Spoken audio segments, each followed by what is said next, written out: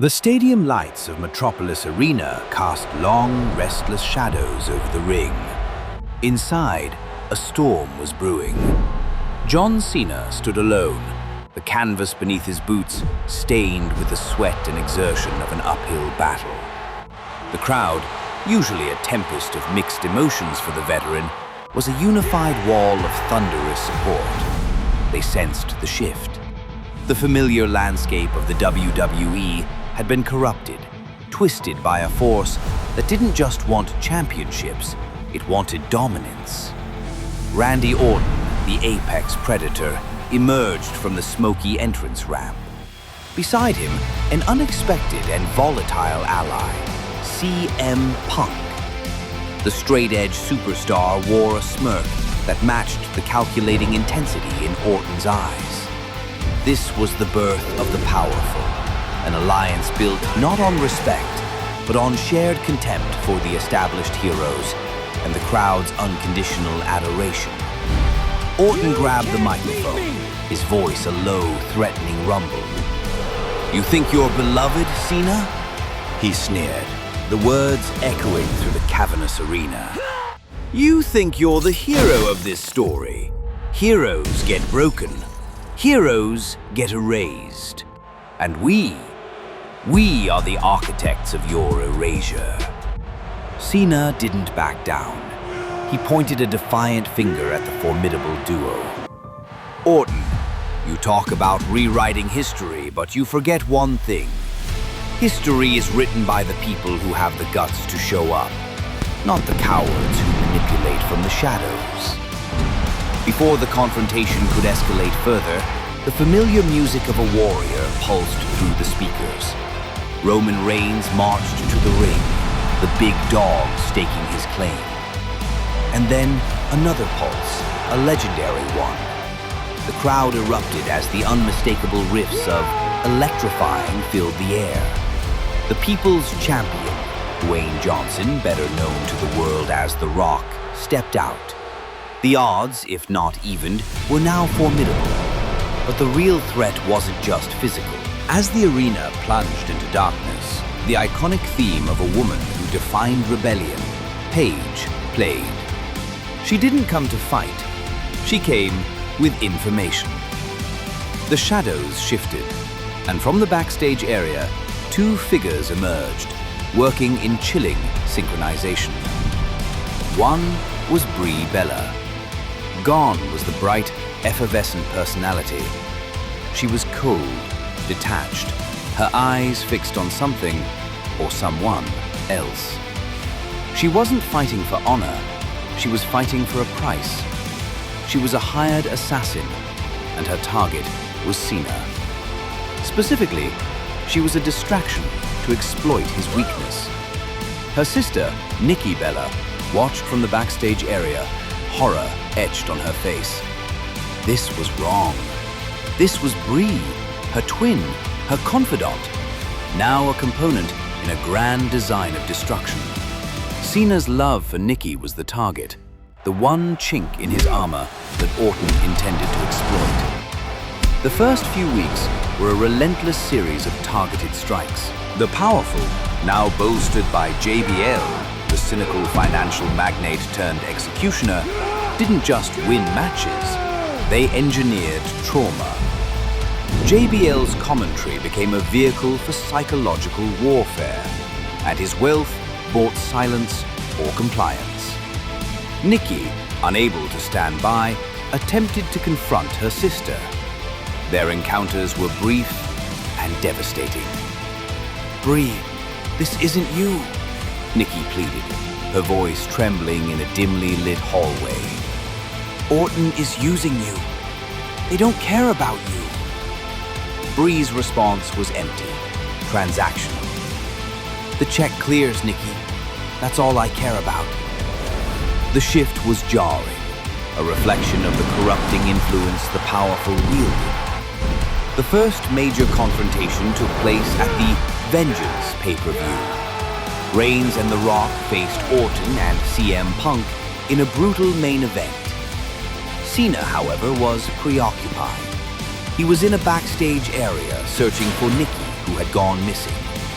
He found her trapped in a reinforced steel cage in a desolate loading bay, and guarding the cage was Bree, her expression unreadable.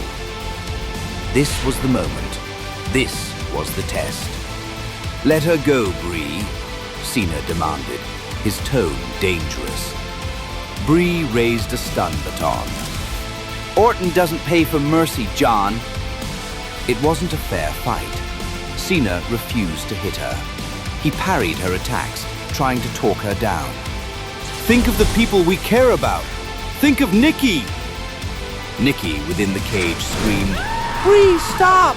Look at him! Look at me!" The moment Bree hesitated, she left an opening. In that split second, Cena didn't attack Bree.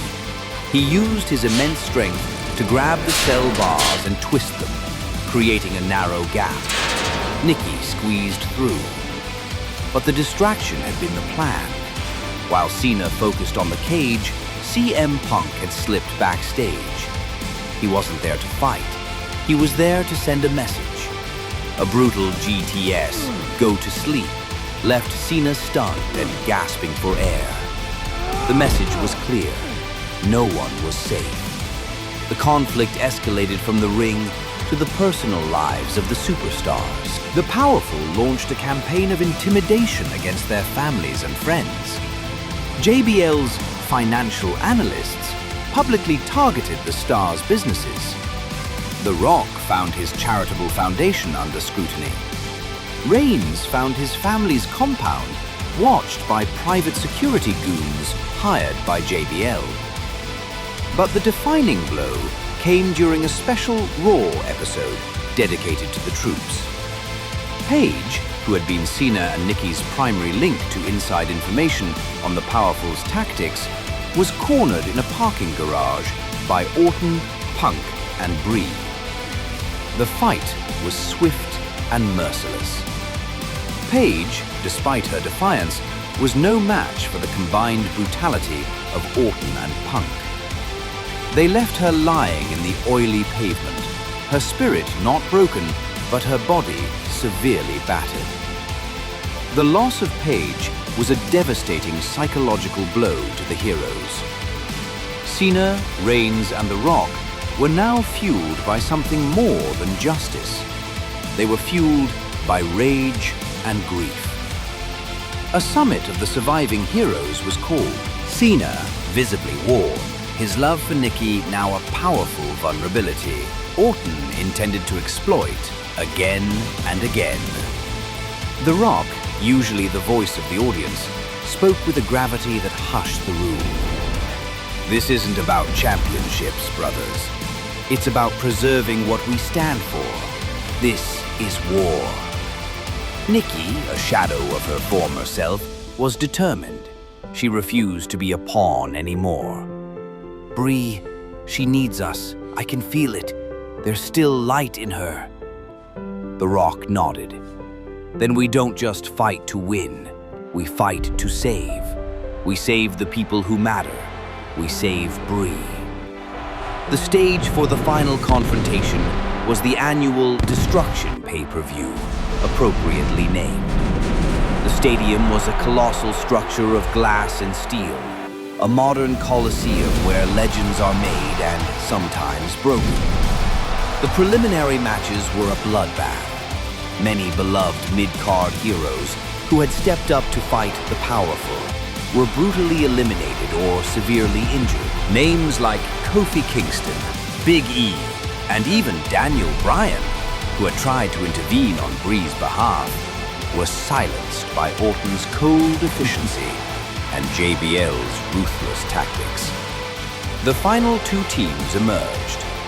For the powerful, Randy Orton, CM Punk, and JBL, with Bree watching passively from ringside. For the heroes, John Cena, Roman Reigns, and The Rock. Nikki stood as a fragile link between the two worlds, her presence an emotional fuse. The match began with a savagery that left the crowd gasping. It wasn't about pins or submissions. It was a pure battle of endurance and will. CM Punk traded technical masterclasses with Cena, each counter a testament to their deep rivalry. You're not even trying. The Rock unleashed a vintage fury on JBL, using the millionaire's own financial schemes as psychological ammunition. And then there was Reigns and Orton, a clash of raw, unbridled power against cold, calculating precision.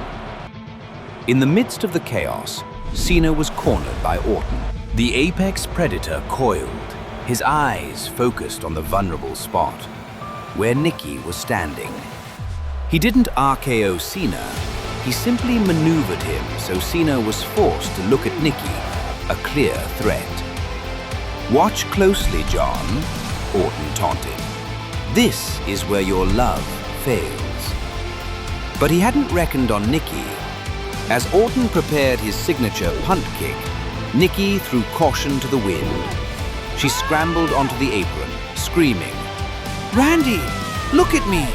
Look what you're doing!" Orton paused, his expression a flicker of confusion. And in that crucial moment, a shift happened. Not from Cena, not from Nikki, but from ringside. Brie Bella, who had been watching the scene with cold detach, finally broke. She saw her sister's desperation. She saw Cena's refusal to sacrifice Nikki to save himself. And she saw the sheer, unadulterated evil in Orton's eyes. A flood of shared history, childhood memories, and unconditional twin sisterly love came rushing back. Brie moved. She didn't climb into the ring. She stepped between Nikki and Orton. She faced the apex predator, her eyes no longer dead, but burning with a fierce, newfound resolve. "Not her," Brie stated, her voice surprisingly steady. "The check has been cancelled." Orton stared at her, an icy fury replacing his surprise. "You naive fool." He didn't even use his hands. He kicked Brie in the midsection, a casual show of force that sent her crumbling to the mat. The act was the turning point. It unified the heroes in a singular focus and sowed the seeds of doubt in Orton's own ranks. Even CM Punk, the cynical rebel, seemed unnerved by Orton's casual brutality against his own ally. JBL, seeing the tides turning, attempted to intervene. He used a steel chair, looking to eliminate Brie for good. But Roman Reigns was there. A thunderous spear sent JBL crashing through a ringside barricade, shattering the cynical millionaire and effectively removing the executioner from the equation. Now it was down to Cena, The Rock, and Reigns against Orton and Punk, with a broken Brie and a determined Nikki on the periphery. The heroes fought with renewed, almost holy purpose. The Rock delivered a monumental people's elbow to Punk, knocking him out of the match and the arena. Orton was alone. The apex predator, the architect of this entire twisted scheme, was cornered by the three survivors and the sister he had betrayed. The stadium lights seemed to dim, focusing on the ring like a spotlight on a crime scene. The final moments were gruesome and devastating, a testament to the price of victory. The heroes, united, did not hold back. This was no longer a sport. It was an exorcism of evil. A combination attack, executed with chilling precision, brought Orton to his knees. The Rock delivered a final rock bottom. Roman Reigns connected with a brutal Superman punch. And then John Cena, looking at Nikki one last time, climbed to the top turnbuckle. The attitude adjustment he delivered was more than a finisher. It was a final judgment. Orton was driven into the canvas with a force that seemed to shake the entire stadium. But the victory came at a terrible cost. Brie, despite her redemption, had been severely injured by Orton's earlier kick. The internal injuries were too great. She passed away in her sister's arms on the very canvas that had witnessed their rise as a tag team. Her final words were simple, whispered to Nikki. "I remembered, sis. I'm sorry." The silence in the arena was deafening.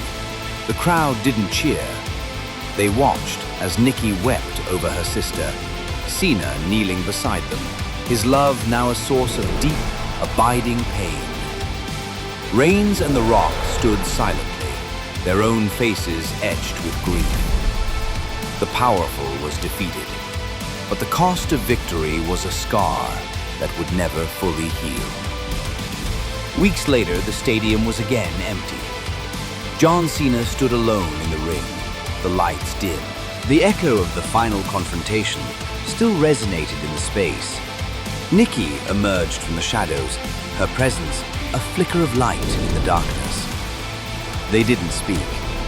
He simply opened his arms, and she stepped into them. Their love, once a target, had been the catalyst for redemption and the ultimate victory. It had also been the source of their deepest pain. They held each other, the survivors of a conflict that had redefined heroes and villains. A conflict that had proven that even in the darkest, most brutal worlds, love is the most powerful force of all. And the story of the superstars would continue, forever changed by the sacrifice of Brie and the resilience of those who remained.